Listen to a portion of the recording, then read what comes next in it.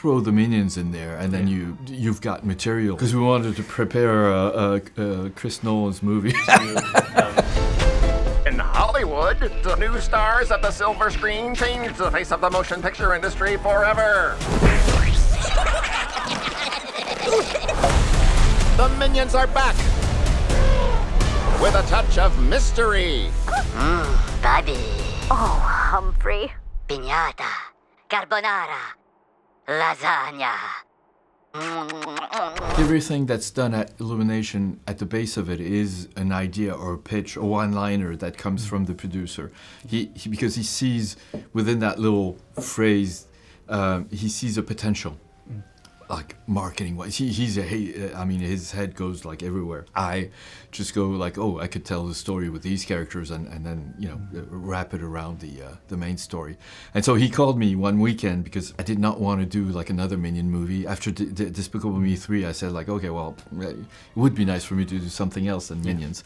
But then, so he called me and said like, okay, well, you're gonna say no, but I'm still gonna, I have this idea of maybe Minions wanting to make a movie.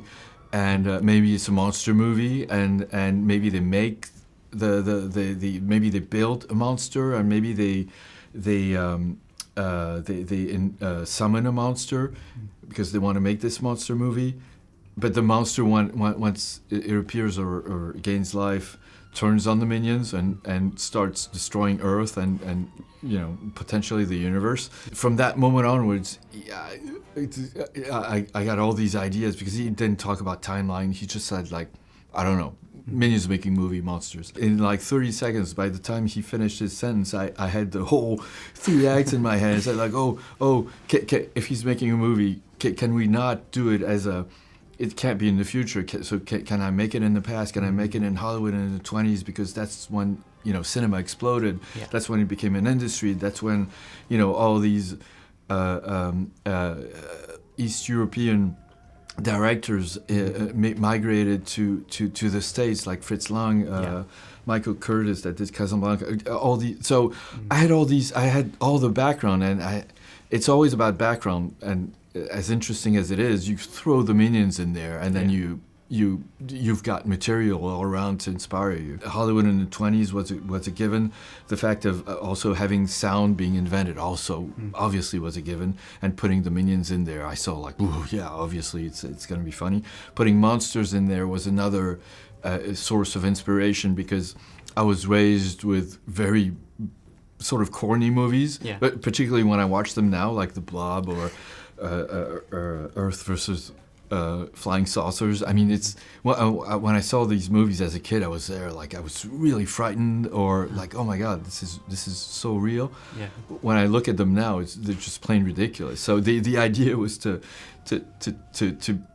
tell this very, very silly story, but very seriously. Yeah. And so making it a timepiece and making it also like not playing it too much Ed Wood. Like it's in terms of we didn't want to make a cheap sort of looking thing. So anyways, it all comes from that little sentence from the producer of Minions wanting to make a monster movie. James, you have a real gift for filmmaking. Eureka! Gloria, hallelujah! Maka un movie de Minions con monstras. Yaki onigiri,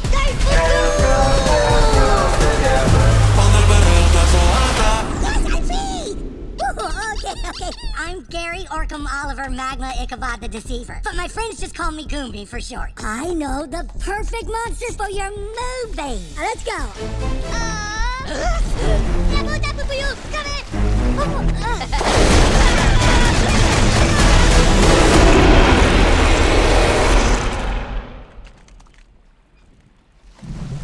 Whoopsie. The idea is to have something that's funny on screen, and even if it's not funny, or if you need the key to be funny, when sound arrives, and then we have this joke about Citizen Kane. I'm guessing the kids of like 6 to 8 won't know Citizen Kane, but I'm hoping that ultimately the moment is funny because you see them like fill the screen and going like. I'm hoping that the parents will be there to say like, yeah, okay, well that's funny, but it references something that is actually a real movie. It's like we have this scene of them, like this old detective movie, Humphrey Bogart with Lauren Bacall type of. It's a cliche, but it's a cliche, and adding the Minion element in there. So the idea was to reference stuff, but still making it funny. The hardest thing, and where the Minions are successful, is when you have multiple degrees, and so the idea is to have this one first degree for the kids, and then this second degree for the adults, because I'm a parent and I've seen my share of children or movies, and I realized that those movies were essentially made for the lower, for the little kid, and all the rest of the age groups would be like sort of left out. And I realized that it's hard to write like for everyone in the family, but I think it's good to have that as a goal. Behold, the all-powerful Irene!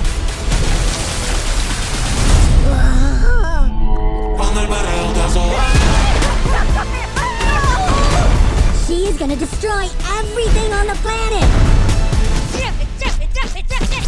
At the beginning, we get that reference to Homer's Odyssey. Why was that like important to for like James and Henry's journey, like before they arrive, like through that? Because we wanted to prepare Chris Nolan's movie.